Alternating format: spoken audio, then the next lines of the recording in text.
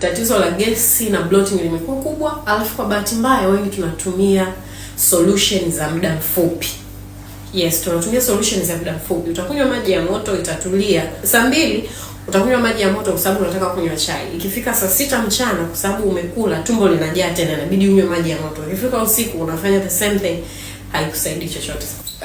Sasa kama ambavyo nilikuwa nimeahidi, nikasema nitarudi tena na darasa la fermented foods ni nini. Sasa fermented food ambayo mimi nimetengeneza juice ambayo ni haraka, high cost, haichukui muda, uhitaji vitu vingi, ni hizi pickles. Inaitwa pickles.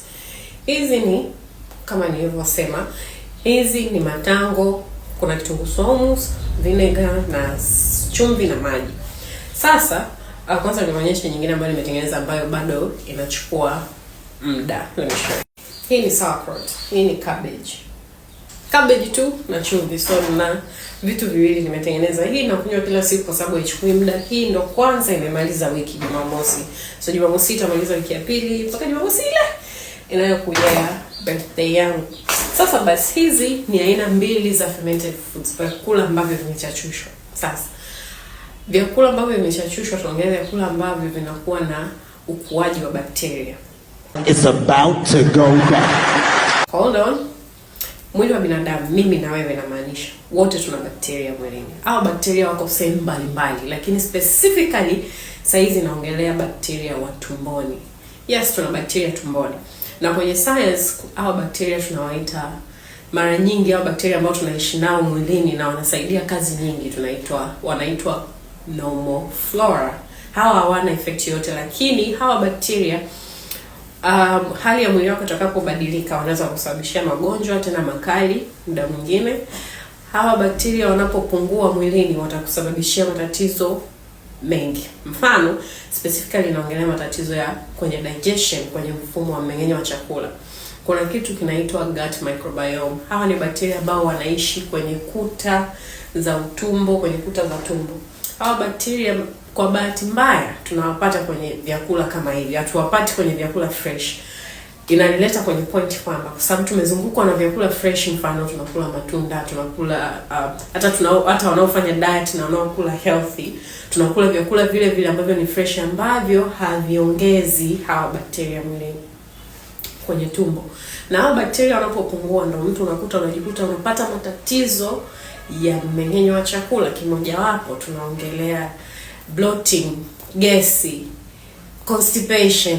Hivyo vyote unakuta kuna chakula ukila kina kuja kuletea labda side effect unaweza kufeel. Sasa basi hawa gut microbiome wanapungua, na tuseme kama tungekuwa tunafanya research ni watu wangapi hawana hawa gut microbiome ya kutosha, nadhani ni namba kubwa sana, kwa sababu hata kwenye hii industry ya weight loss na fitness, watu wengi hawa preach sana, hawahubiri sana kuhusu umuhimu wa bakteria. Lakini ni ukishaanza kuwa balance, utajikuta umepata solution ya matatizo mengi ya tumbo. Mfano, mimi nilikuwa nikila, hata nilipoanza kula vizuri, nilikuwa nikila tumbo linajaa gesi, bado nilikuwa napata shida ya kwenda chooni. Since nimeanza kula hivi vyakula, yani ni vyakula ambavyo najitahidi kila wiki niwe nacho ndani, kwa sababu cabbage inakaa sana, hata nikitengeneza hii inanivuta hata wiki mbili.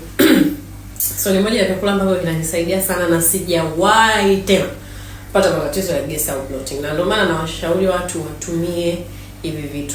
Ni moja ya njia ya kufix bloating na gesi mazima, kwa sababu unaenda kubalance wale bakteria wote ambao walikuwa wamepungua, unaenda kuwarudisha mwilini. Na ni bakteria wazuri ambao sio tu watakusaidia kwenye mmeng'enyo wa chakula, paka kwenye kufight magonjwa. Yaani mwili wetu una depend sana pia kwenye hawa bakteria ambao tunawapata kwenye vyakula ambavyo ni bei rahisi sana kuvitengeneza, hata uhitaji kwenda sehemu yoyote. Sasa kwa nini nasisitiza watu wajitahidi kutengeneza hii kitu? Tatizo la gesi na bloating limekuwa kubwa, alafu kwa bahati mbaya wengi tunatumia solution za muda mfupi. Yes, tunatumia solution za muda mfupi. Utakunywa maji ya moto itatulia. Saa 2 utakunywa maji ya moto kwa sababu unataka kunywa chai. Ikifika saa 6 mchana kwa sababu umekula, tumbo linajaa tena, inabidi unywe maji ya moto. Ikifika usiku unafanya the same thing, haikusaidii chochote. Kama una muda na kama unajipenda, nenda katengeneze hivi vitu viwili tu, hata havihitaji pesa nyingi, havihitaji chochote. Yaani ni afya ambayo wewe unajitengenezea ndani ya sekunde chache, lakini itakuwa na manufaa makubwa zaidi kwako. Kwa hiyo nadhani nitakuwa nimeelezea gut microbiome ni nini. Sasa ukisha waleta hao bakteria ndani, vyakula vya kuendelea kuwa feed au kuwabembelezea hao bakteria, sio hata vyakula vya kusema unaenda kutafuta wapi, ndio hivi vyakula ambavyo sasa tunakula kila siku. Kwa hapa tumerudi kwenye science kidogo, tunaongelea kwenye normal flora kwenye mwili wa binadamu. So mfano ukasema kwa mtu ambaye ana matatizo ya gesi na bloating, ukasema leo unatengeneza pickles.